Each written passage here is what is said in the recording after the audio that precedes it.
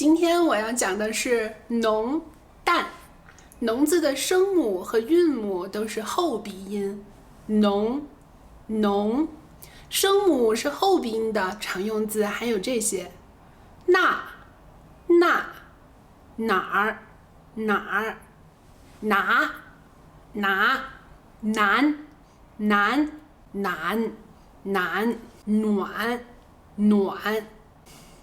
第一个音发出来的时候是用鼻腔发音，如果你把拿说成啦，是能听懂，但是会有点奇怪。比如浓，浓这个字，如果前鼻音说成聋，就会变成这个字了，聋。发音怎么样才会标准呢？第一个音出来的时候，舌头是完全顶住上颚，然后再张开嘴巴发韵母 o。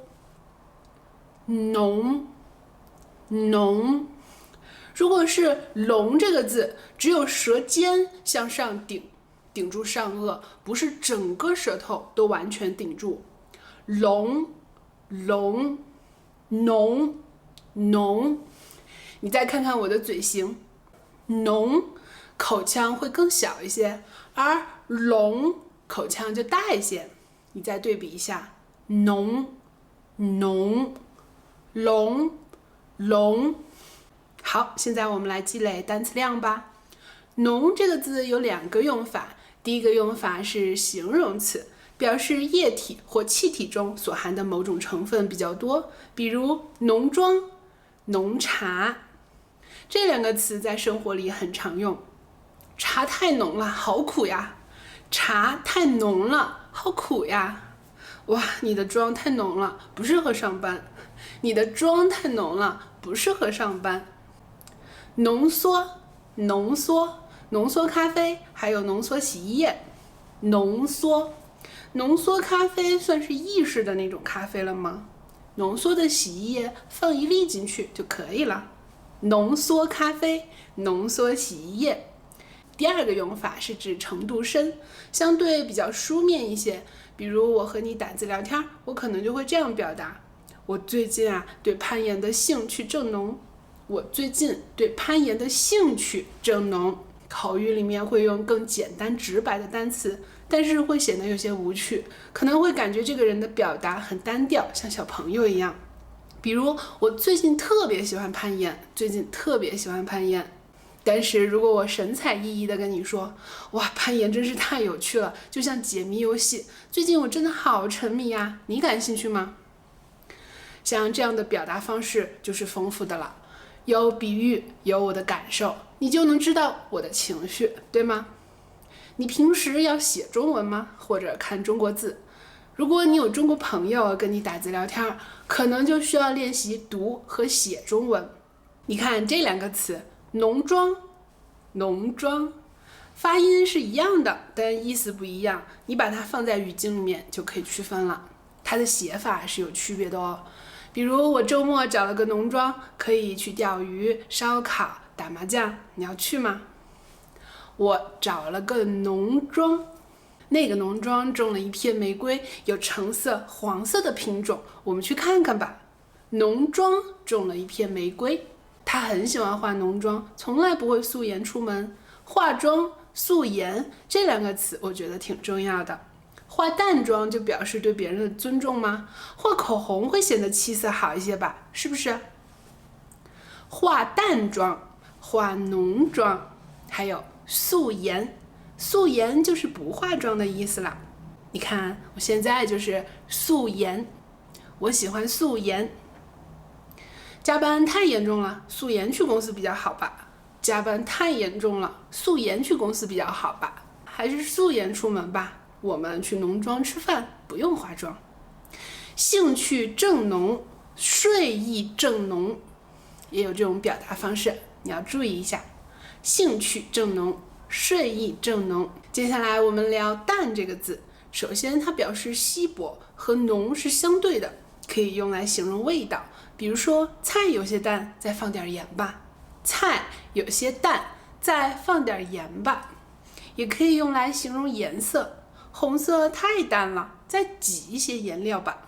红色太淡了，再挤一些颜料。还可以用来形容兴趣，不热心。比如冷淡，冷淡这个词在生活里很常用。比如会这样说，男朋友对我最近好冷淡呀，他是不是有新女朋友了？男朋友对我最近好冷淡呀，我要问问他，我觉得你最近对我的态度很冷淡，怎么回事呀？我觉得你最近对我的态度很冷淡，怎么回事呀？还有个成语形容态度很淡，轻描淡写。轻描淡写，他轻描淡写的说已经离婚了，前夫净身出户。他轻描淡写的说，轻描淡写，净身出户的意思是在婚姻里面过错方离开家，那法院呢就会把房子、钱都判另一方所有。那种很艰难的事情，现在看起来已经不在意了，就可以用轻描淡写这个成语。轻描淡写的说他离婚了。生活里还会用来形容营业的情况，比如现在是旅游淡季，没什么客人。现在是旅游淡季，没什么客人。现在是旅游淡季，没什么客人。淡季对应的是旅游的旺季，不是旅游浓季哦。淡季旺季，淡季的时候去旅行，住宿和餐饮的价格比较低；淡季的时候去旅行，旺季的时候去旅行呢就比较贵了。还有没意思的、不要紧的这个词，扯淡。扯淡这个词呢稍微有点粗鲁，但它不是脏话。比如有个人在饭桌上吹嘘他的成就，就可能有人说他呀又在扯淡了。又在扯淡了，一般表示自己的不满，所以不要这样对朋友说。最后一个词，平淡。平淡，生活的常态就是平淡，不会总有新鲜事儿呀。生活的常态就是平淡，不会总有新鲜事儿。电影的剧情是有些平淡，我都看睡着了。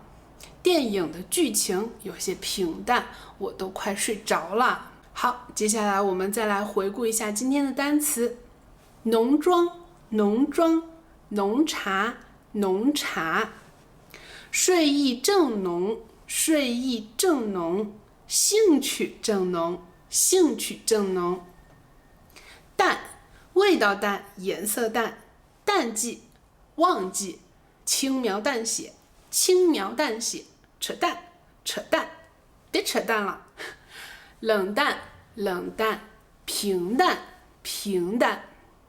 好，今天的词就这些啦，你记住了吗？我们下期说偏正，还要顺便把歪这个字的日常用语也分享一下。这样就是歪，可是它跟偏字到底有什么区别呢？我们下周一再见吧，拜拜。